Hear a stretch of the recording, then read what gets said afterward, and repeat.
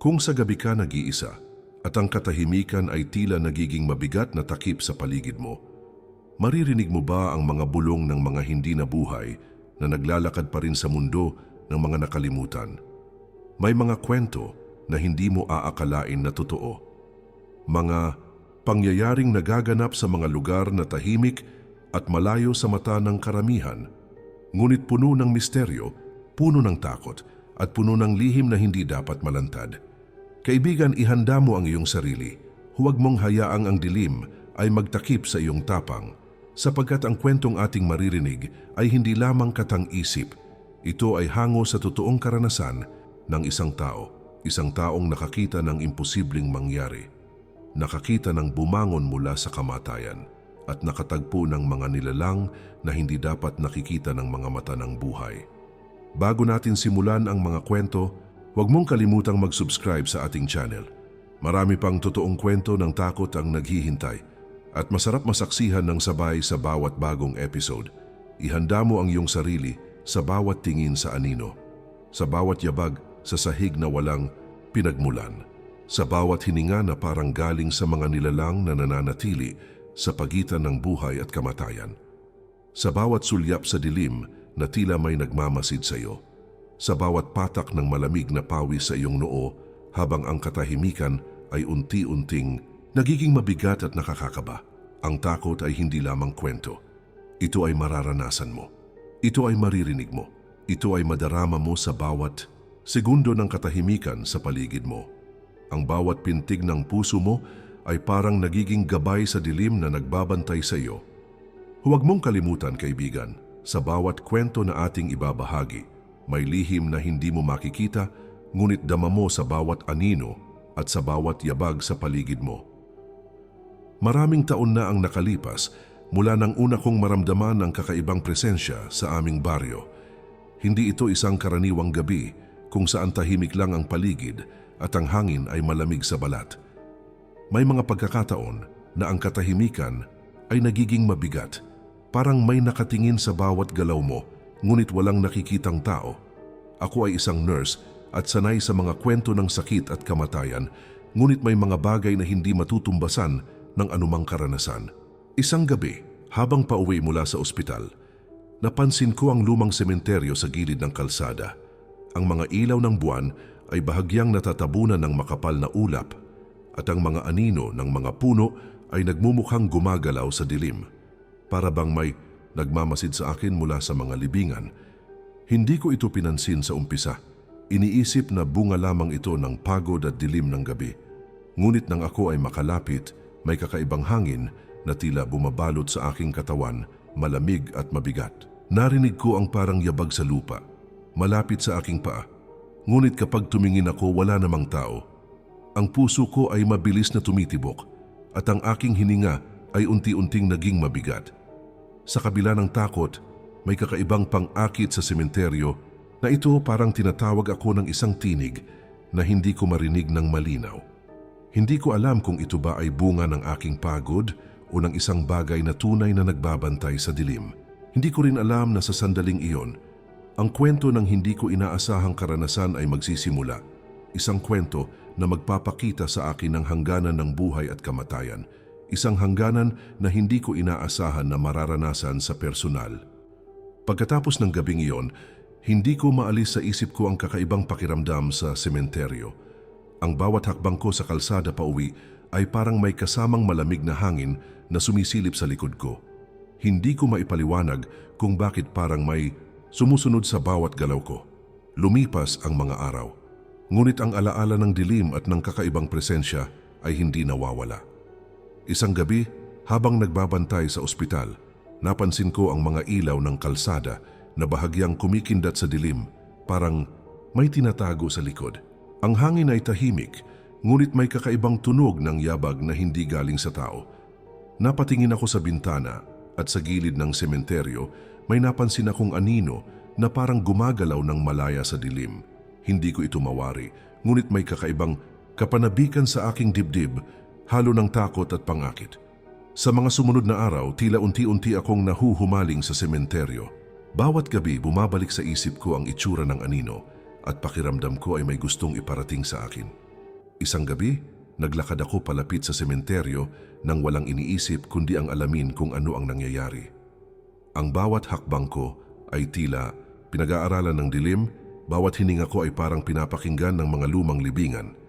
Hindi ko ramdam ang takot na dati ko pang naramdaman, ngunit may kakaibang kabog sa puso ko na hindi ko maipaliwanag.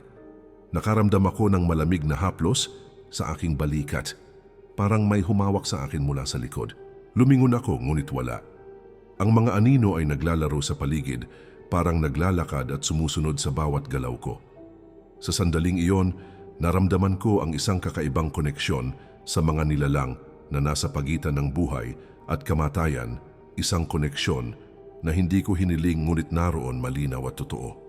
Hindi ko alam kung handa akong harapin ang susunod na mangyayari, ngunit alam ko sa puso ko na ang bawat gabi ay magiging simula ng isang mas malalim na kwento, isang kwento ng pagbabalik mula sa kamatayan, isang kwento na babaguhin ang aking pananaw sa buhay at sa mga anino sa dilim. Hindi ko malilimutan ang gabing iyon na tila nagbukas ng isang pinto sa mundo ng hindi inaasahan. Habang naglalakad ako pauwi mula sa ospital, ang hangin ay malamig at mabigat. Parang may humahaplos sa aking balat, ngunit walang tao sa paligid. Sa gilid ng lumang sementeryo, napansin ko ang isang kakaibang liwanag. Hindi ito nagmumula sa buwan o mula sa ilaw ng poste.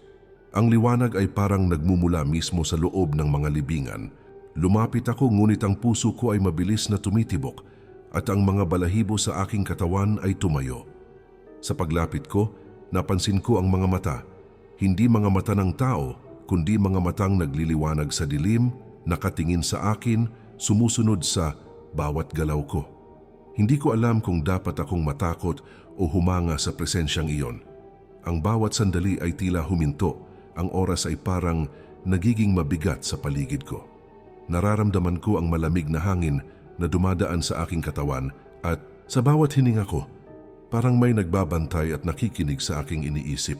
Ang mga mata ay dahan-dahang gumalaw, tila sinusukat ang aking tapang at kahandaan na harapin ang mga lihim na itinatago ng sementeryo.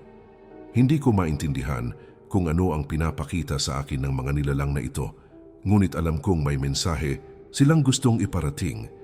Hindi ito karaniwang karanasan at kahit gaano ako sanay sa sakit at kamatayan bilang nurse, ang pangyayaring ito ay naiiba, mas malalim, mas matindi at mas nakakatakot. Tumayo ako sa harap ng libingan, nakatitig sa mga mata na tila nakikibahagi sa bawat pintig ng aking puso. Ang bawat yabag ko ay parang may kasamang echo sa dilim, isang paalala na ang mundo ng mga patay ay mas malapit kaysa sa inaakala ng sinuman. Hindi ko alam kung handa akong pumasok sa mundong ito, ngunit may kakaibang lakas sa akin na nagtutulak na malaman kung ano ang susunod na mangyayari. Ang bawat hakbang ko palapit sa liwanag at mga matang iyon ay nagdadala ng halo ng takot at kuryosidad.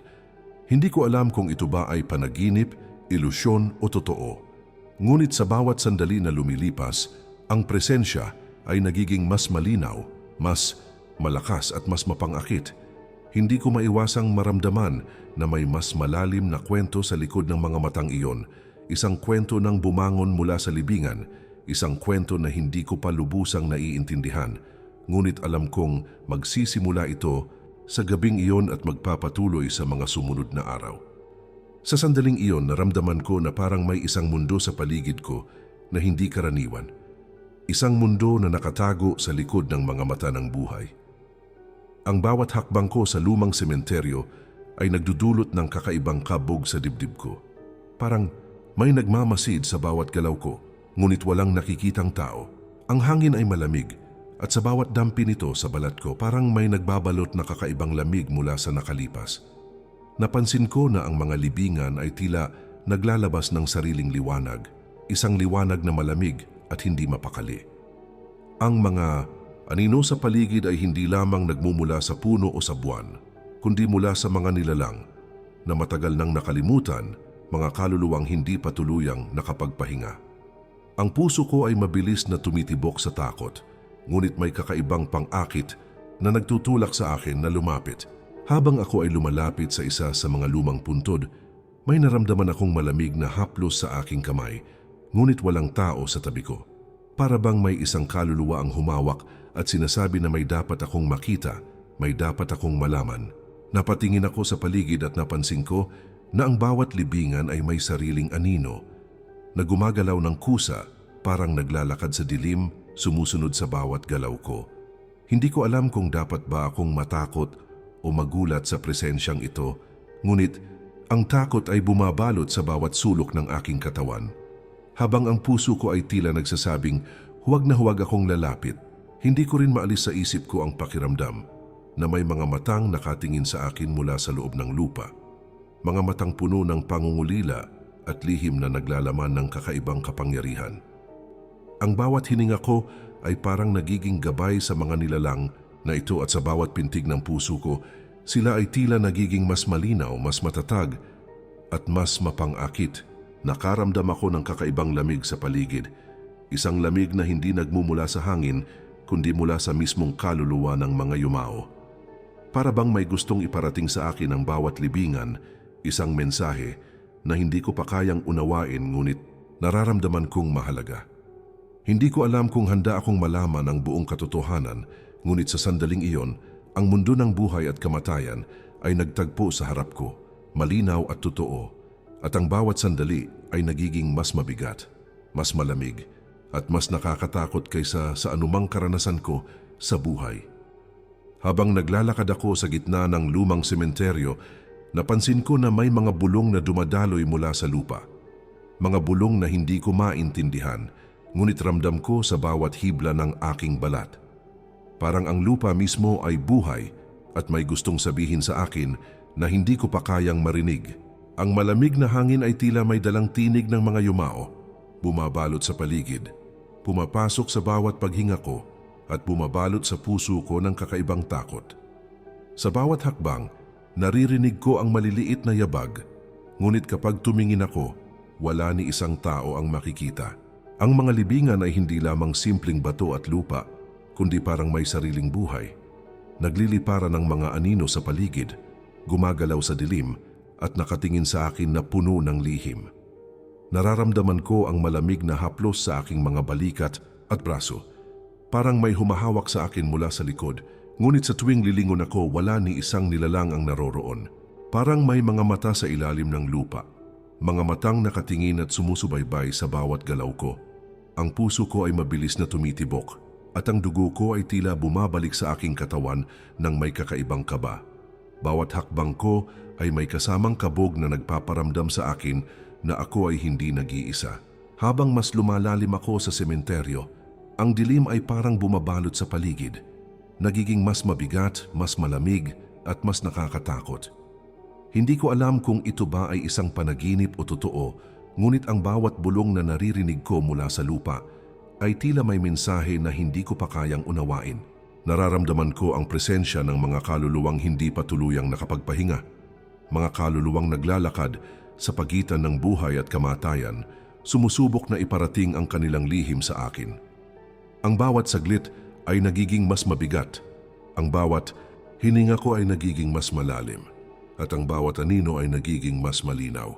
Hindi ko maialis ang pakiramdam na ang mundong ito ay higit pa sa nakikita ng mata, higit pa sa nauunawaan ng isip, at puno ng mga nilalang na hindi dapat naroroon sa mundo ng mga buhay. Sa bawat paglakad ko, ramdam ko ang kanilang pangungulit at pag-aanyaya, isang paanyaya na hindi ko alam kung dapat tanggapin o takasan. At sa sandaling iyon, alam ko na ang kwentong ito ay magsisimula lamang. At ang mas nakakatakot na bahagi ay naroroon sa mga susunod na gabi, sa bawat hakbang na tatahakin ko sa gitna ng mga bulong at anino ng sementeryo. Sa kalagitnaan ng gabi, habang naglalakad ako sa tahimik na kalsada malapit sa sementeryo, naramdaman ko na may mga yapak na sumusunod sa akin. Hindi ito galing sa tao, ngunit ramdam ko sa bawat hakbang na may kasamang mabigat na presensya sa likod ko. Ang mga punong nakapalibot sa sementeryo ay tila nagbabantay, ang kanilang mga sanga ay gumagalaw sa hangin na parabang nagbubulong. Ang hangin ay malamig at mabigat, dumadaan sa balat ko na parang may dalang pangungusap mula sa mga patay. Hindi ko alam kung dapat ba akong huminto o lumayo, ngunit may kakaibang lakas na nagtutulak sa akin na magpatuloy. Sa bawat hakbang ko, naririnig ko ang mahihinang yabag sa lupa. Parang may kasamang mga bulong na hindi ko kayang unawain. Ang bawat libingan ay tila nagbubukas ng sariling liwanag, malamig at mapanukso. Nagaanyaya sa akin na lumapit. Nararamdaman ko ang malamig na haplos sa aking braso at balikat at bawat pintig ng puso ko ay tila may kasamang eko sa dilim. Luminga ako sa paligid at napansin na may mga anino na gumagalaw ng kusa, hindi mula sa tao kundi mula sa mga nilalang na nananatili sa pagitan ng buhay at kamatayan. Hindi ko maalis sa isip ko ang pakiramdam na may mga matang nakatingin sa akin mula sa ilalim ng lupa. Nagmamasid sa bawat galaw at hininga ko. Ang dilim ay parang bumabalot sa paligid, mas malamig, mas mabigat at mas nakakatakot sa bawat saglit. Naririnig ko ang mahihinang bulong, parang mga tinig ng mga kaluluwang hindi pa tuluyang nakapagpahinga, sinusubukang iparating ang kanilang lihim sa akin. Ang puso ko ay mabilis na tumitibok at ramdam ko ang bawat dugo sa aking katawan na parang gumagalaw ng may sariling buhay. Hindi ko alam kung ito ba ay isang panaginip, ilusyon o katotohanan, ngunit ang bawat hakbang ay nagiging mas mabigat at mas mapanganib sa bawat saglit. Ang bawat yapak na naririnig ko na walang nakikitang pinagmulan ay tila may layuning sundan ako at gabayan sa isang kwento na hindi ko pa kayang unawain. Sa sandaling iyon, ramdam ko na ang mundo ng mga buhay at mga patay ay nagsasanib, malinaw at totoo, at ang aking paglalakad ay magiging simula ng isang mas nakakatakot na karanasan na hindi ko makakalimutan sa habang buhay. Habang lumalalim ang gabi, naramdaman ko na ang hangin ay may dalang tinig ng mga nakalimutang kaluluwa, mga sigaw na hindi maririnig ng ordinaryong tao. Ang bawat bulong ay dumadaan sa aking isip, sumasagi sa bawat alaala at nagdudulot ng kakaibang pangamba. Hindi ko alam kung dapat ba akong lumapit o lumikas, ngunit may pakiramdam ako na bawat hakbang ko ay bahagi ng isang mas malalim na kwento. Ang sementeryo ay hindi lamang puno ng bato at lupa, kundi puno ng mga mata at anino na sumusunod sa bawat galaw ko. Ang mga libingan ay nagliliwanag sa dilim, malamig at mapanukso, nagaanyaya sa akin na tuklasin ang kanilang mga lihim. Bawat hakbang ko ay may kasamang kabog sa dibdib, at ang bawat hininga ko ay tila may kasamang malamig na haplos mula sa ilalim ng lupa. Nakaramdam ako ng mga kamay na dumampi sa aking balikat at braso, ngunit kapag lilingon ako, wala ni isang nilalang ang naroroon. Ang bawat sigaw na maririnig ko mula sa dilim ay parang nagmumula sa mga kaluluwang hindi pa tuluyang nakapagpahinga, mga kaluluwang nananatili sa pagitan ng buhay at kamatayan. Ang puso ko ay mabilis na tumitibok sa takot, ngunit may kakaibang pang-akit na nagtutulak sa akin na magpatuloy. Ang bawat anino sa paligid ay gumagalaw ng kusa, parang may sariling buhay, sumusubaybay sa bawat galaw ko at nakatingin sa akin na may lihim na hindi ko pa kayang maunawaan. Nararamdaman ko ang malamig na hangin na dumadaan sa aking katawan at bawat paghinga ko ay nagiging mas mabigat at mas mabagsik. Hindi ko alam kung ito ba ay isang panaginip o katotohanan, ngunit ramdam ko na ang mundo ng mga patay ay mas malapit kaysa sa aking iniisip. Ang bawat sandali sa sementeryo ay nagiging mas mabigat, mas malamig at mas nakakatakot, habang ang mga matang nakatingin sa akin ay nagiging mas malinaw at mas mapang-akit. Ang mga sigaw ng nakalimutan ay bumabalot sa paligid ko, hindi maririnig ng iba, ngunit dama ko sa bawat tibok ng aking puso. Sa bawat hakbang na tatahakin ko, ramdam ko na ako ay unti-unting pinapasok sa isang kwento na hindi ko pa lubos na nauunawaan, isang kwento ng buhay, kamatayan at mga nilalang na nananatili sa pagitan ng dalawa. Ang bawat gabi ay nagiging mas madilim, mas malamig at mas puno ng takot kaysa sa anumang aking naranasan sa buhay. Ang bawat hakbang ko sa sementeryo ay may kasamang malamig na haplos na hindi nagmumula sa hangin. Parang may mga kamay na sumusubok na hawakan ang aking kaluluwa, ngunit hindi ko makita kung sino o ano ang naroroon. Ang mga libingan ay naglalabas ng sariling liwanag na malamig at nakapapaso sa damdamin. Nagaanyaya sa akin na lumapit at tingnan ang nakatago sa loob. Ang hangin ay tila nagbubulong ng mga lihim na hindi ko pa naiintindihan at bawat hininga ko ay nagiging mabigat sa bigat ng presensya ng nakaraan. Nararamdaman ko ang malamig na bulong na dumadaan sa aking katawan, parang mga kaluluwang naglalakad sa pagitan ng mundo ng buhay at kamatayan. Hindi ko alam kung dapat ba akong huminto o lumayo, ngunit may kakaibang lakas sa loob ko na nagtutulak sa akin na malaman ang katotohanan. Habang ako ay lumalalim sa sementeryo, napansin ko ang mga anino na gumagalaw ng kusa hindi mula sa tao, kundi mula sa mga nilalang na nananatili sa pagitan ng dalawang mundo. Ang mga matang nakatingin sa akin mula sa ilalim ng lupa ay puno ng pangungulila at lihim na hindi ko pa kayang intindihin.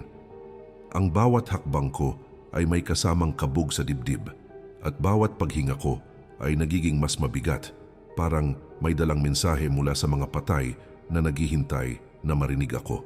Napansin ko ang mga bulong na nagmumula sa mga libingan, mahihinang sigaw na tila tumatawag sa akin na lumapit, na unawain ang kanilang kwento. Hindi ko alam kung ito ba ay totoo o ilusyon lamang, ngunit ramdam ko sa bawat hibla ng aking katawan na may presensya na nagmamasid at nagbabantay sa akin. Ang dilim ay tila unti-unting bumabalot sa aking paligid, mas mabigat, mas malamig at mas puno ng takot sa bawat sandali. Ang bawat yapak na naririnig ko, kahit walang nakikitang pinagmulan, ay nagiging gabay sa isang kwento ng bumangon mula sa kamatayan. Isang kwento ng kaluluwa at katawan na hindi dapat pagsamahin. Ang bawat sandali sa sementeryo ay nagiging mas malinaw at mas mabigat sa bawat pagtingin ko sa paligid. Hindi ko maiwasang maramdaman na ang mga nilalang na naroroon ay naghihintay, sinusubok ang aking tapang at kahandaan na harapin ang hindi ko pa lubusang nauunawaan. Ang bawat gabi ay nagiging mas madilim, mas malamig at mas puno ng takot kaysa sa anumang naranasan ko sa buhay. Ang mundo ng mga buhay at mga patay ay nagtagpo sa harap ko at ramdam ko na sa bawat hakbang ko ay tinatahak ko ang isang landas na hindi na mababalik. Isang landas ng mga lihim ng pangungulila at ng takot na hindi ko pa naranasan. Hindi ko makalimutan ang gabing iyon na parang nagbukas ng isang pinto sa mundo ng mga lihim na nakatago sa ilalim ng lupa. Ang hangin ay malamig at mabigat, tila may daladalang mga tinig ng nakalimutang kaluluwa. Ang bawat hakbang ko sa sementeryo ay may kasamang kabog sa dibdib at ang bawat paghinga ko ay nagiging mas mabigat sa lamig na bumabalot sa paligid ko. Ang mga libingan ay nagliliwanag sa dilim, malamig at nakapapaso, nag-aanyaya sa akin na lumapit at tuklasin ang kanilang mga lihim. Hindi ko alam kung dapat ba akong lumapit o tumalikod, ngunit may kakaibang lakas sa loob ko na nagtutulak na sundan ang bawat yapak ng hindi ko nakikitang presensya. Habang ako ay naglalakad, naririnig ko ang mahihinang bulong na dumadaloy mula sa lupa. Mga tinig na hindi ko maintindihan ngunit ramdam ko sa bawat hibla ng aking balat. Parang ang lupa mismo ay buhay. Naglalakad ang mga kaluluwa na hindi pa tuluyang nakapagpahinga. Sinusubukang iparating ang kanilang lihim sa akin. Ang bawat anino ay gumagalaw ng kusa, naglalaro sa dilim, at nakatingin sa akin na puno ng pangungulila at galit. Nararamdaman ko ang malamig na haplos sa aking braso at balikat, at sa bawat pintig ng puso ko, tila may kasamang eko mula sa mga nilalang na nananatili sa pagitan ng buhay at kamatayan. Ang bawat yapak, bawat hininga, at bawat saglit sa paligid ko ay nagiging mas mabigat at mas mapanganib sa bawat sandali. Hindi ko alam kung ito ba ay totoo o ilusyon, ngunit ramdam ko sa katawan at kaluluwa ko na ang mundong ito ay puno ng mga nilalang na naghihintay sa bawat pagkakataon na magpakita at magpaalam sa akin ng isang lihim. Ang mga libingan ay tila may sariling kalooban, nagbubukas at nagtatago ng mga lihim na hindi dapat malaman ng mga buhay. Ang bawat bulong na maririnig ko ay parang pangako, isang pangakong hindi ko pa naiintindihan, ngunit ramdam ko na magiging mahalaga sa mga susunod na gabing haharapin ko. Sa bawat sandali, ang dilim ay bumabalot sa paligid ko ng mas mabigat, mas malamig at mas nakakatakot. Ang mundo ng buhay at kamatayan ay nagtatagpo sa aking harapan, malinaw at totoo, At ramdam ko na sa bawat hakbang ko, tinatahak ko ang landas ng isang kwento na babaguhin ang aking pananaw sa lahat ng bagay. Ang bawat gabi ay nagiging mas madilim, mas malamig at mas puno ng takot kaysa sa anumang aking naranasan. Nararamdaman ko na ang presensya ng mga kaluluwang hindi pa tuluyang nakapagpahinga ay patuloy na sumusubaybay sa akin, nag-aanyaya sa akin na tuklasin ang mga lihim ng mundo na hindi ko pa nakikita. Ramdam ko na ang hangin sa paligid ko ay nagdala ng isang kakaibang lamig. Isang lamig na hindi galing sa kalangitan kundi mula sa mismong ilalim ng lupa. Ang bawat yapak ko sa sementeryo ay may kasamang kaba at pangamba na tila sinusukat ng mga matang nagmamasid sa akin mula sa kadiliman. Hindi ko alam kung dapat ba akong umatras o lumapit pa. Ngunit may kakaibang lakas sa loob ko na nagtutulak sa akin na harapin ang hindi ko pa nauunawaan. Ang mga libingan ay nagliliwanag sa dilim, ngunit hindi ito nagmumula sa buwan o poste. Ang liwanag ay malamig, mapanukso at nag-aanyaya sa akin na lumapit, na tignan ang lihim na nagtatago sa ilalim ng lupa. Naririnig ko ang mahihinang bulong mula sa mga libingan, mga bulong na puno ng pangungulila at galit. Ang bawat bulong ay dumadaloy sa aking isip, bumabalot sa puso ko, at nagpaparamdam na may gustong iparating sa akin ang mga kaluluwa na hindi pa tuluyang nakapagpahinga. Sa bawat hakbang ko, nararamdaman ko ang malamig na haplos sa aking braso at balikat. Parang may humahawak sa akin mula sa likod, ngunit kapag lilingon ako, wala ni isang tao ang naroroon. Ang mga anino sa paligid ay gumagalaw ng kusa, mas malinaw at mas mabigat sa bawat saglit. Ang bawat pintig ng puso ko ay parang nagiging gabay sa mga nilalang na nananatili sa pagitan ng buhay at kamatayan. Hindi ko alam kung ito ba ay isang panaginip o katotohanan, ngunit ramdam ko sa bawat hibla ng aking katawan at sa bawat paghinga ko na may presensya na nagmamasid at nagbabantay sa akin. Ang dilim ay tila bumabalot sa paligid ko ng mas mabigat, mas malamig at mas nakakatakot kaysa sa anumang karanasan ko sa buhay. Ang bawat yapak na naririnig ko, kahit walang nakikitang pinagmulan, ay nagiging gabay sa isang kwento ng bumangon mula sa kamatayan, isang kwento ng mga kaluluwang hindi patuluyang nakapagpahinga at mga nilalang na naglalakad sa pagitan ng dalawang mundo. Nararamdaman ko ang presensya ng mga yumao sa bawat sulok ng sementeryo. Parang nakatayo sa aking paligid, nakatingin sa akin at naghihintay na malaman ko ang kanilang lihim. Ang bawat saglit ay nagiging mas mabigat, mas malamig at mas puno ng takot, habang ang bawat bulong at anino ay nagiging mas malinaw at mas mapanganib. Habang mas lumalalim ako sa gitna ng sementeryo, nakita ko ang isang nilalang na tila naglalakad mula sa libingan. Unti-unting lumalapit sa akin at ramdam ko ang malamig na hangin na dumadaloy mula sa kanya. Ang bawat hakbang niya ay may kasamang kabog sa dibdib ko at ang bawat sandali ay nagiging mas matindi at mas nakakatakot.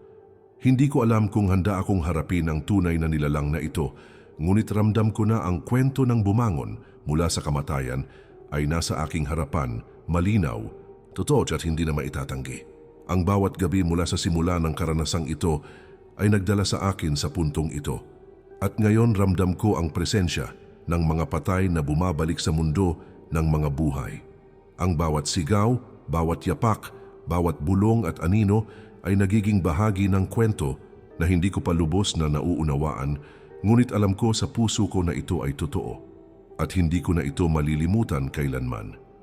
Ang mundo ng buhay at kamatayan ay nagtagpo sa aking harapan at sa bawat hakbang ko, ramdam ko na ako ay nasa gitna ng isang kwento na magtatagal sa aking alaala habang buhay. Isang kwento ng takot, pangungulila at pagbabalik mula sa libingan. Ang dilim ay hindi lamang katahimikan, kundi isang paalala na sa mundo ng buhay at kamatayan, may mga nilalang na nananatiling nakamasid, nagbabantay at naghihintay sa mga hindi handa sa kanilang presensya. Ang bawat hakbang, bawat bulong at bawat anino na ating nasaksihan ay hindi kathang isip lamang, kundi mga paalala ng mga lihim at pangyayari na nananatili sa paligid natin kahit hindi natin nakikita. Kaibigan, huwag mong isipin na tapos na ang kwento. sapagkat ang mga kaluluwang naglakad mula sa kamatayan ay patuloy na nagmamasid, nagtatakda ng kanilang sariling kwento sa gitna ng dilim, naghihintay sa susunod na matatapang na makakita at makarinig. Hindi mo maiiwasang maramdaman ang panginginig sa bawat anino sa paligid mo, ang malamig na hangin na parang bumabalot sa iyong kaluluwa at ang mga matang nagmamasid mula sa dilim na hindi mo makita. Huwag mong kalimutan, kaibigan, ang bawat kwento ay may dalang aral at ang takot ay hindi lamang pakiramdam, kundi paalala na may mga bagay sa mundong ito na mas malalim at mas misteryoso kaysa sa ating naiintindihan. Kaibigan, huwag mong kalimutang mag-subscribe sa ating channel dahil marami pang totoong kwento ng takot ang naghihintay at masarap masaksihan ng sabay sa bawat bagong episode. Ihanda mo ang iyong sarili sa bawat gabi na dumarating, sa bawat anino na sumusunod, at sa bawat bulong na hindi mo maririnig ngunit mararamdaman sa iyong paligid. Ang kwento ay nagtatapos sa ating narinig at naramdaman ngayon, ngunit ang mga kaluluwang bumangon mula sa libingan ay mananatili sa dilim, naghihintay sa susunod na pagkakataon na ipakita ang kanilang presensya sa mundo ng mga buhay. Kaibigan, tandaan mo, sa bawat gabing tahimik at malamig, may mga matang nagmamasid sa iyo. May mga bulong na humihiling na pakinggan ka at may mga anino na sumusunod sa bawat galaw mo. Hindi mo maiiwasan ang katotohanan at sa bawat sandali na lumilipas, ang takot ay nagiging mas malinaw, mas mabigat at mas totoo. Huwag mong kalimutan ang mga kwentong narinig mo ngayon at huwag mong hayaang mawala sa isip mo ang bawat haplos ng lamig at bawat pangangati ng iyong imahinasyon. Sa pagtatapos ng gabing ito, tandaan mo na ang kwento ay hindi lamang tungkol sa nakaraan, kundi tungkol sa presensya ng mga nilalang sa paligid mo, sa pagitan ng buhay at kamatayan, patuloy na nagmamasid at nagbabantay. Kaibigan, huwag mong kalimutang mag-subscribe sa ating channel dahil marami pang totoong kwento ng takot ang naghihintay at masarap masaksihan ng sabay sa bawat bagong episode. Ihanda mo ang sarili mo sa susunod na paglalakbay dahil ang dilim ay patuloy na magbubukas at ang mga kwento ng bumangon mula sa libingan ay hindi pa tapos. Patuloy silang magpapakita sa mga matatapang na handang makinig at maramdaman ang kanilang presensya.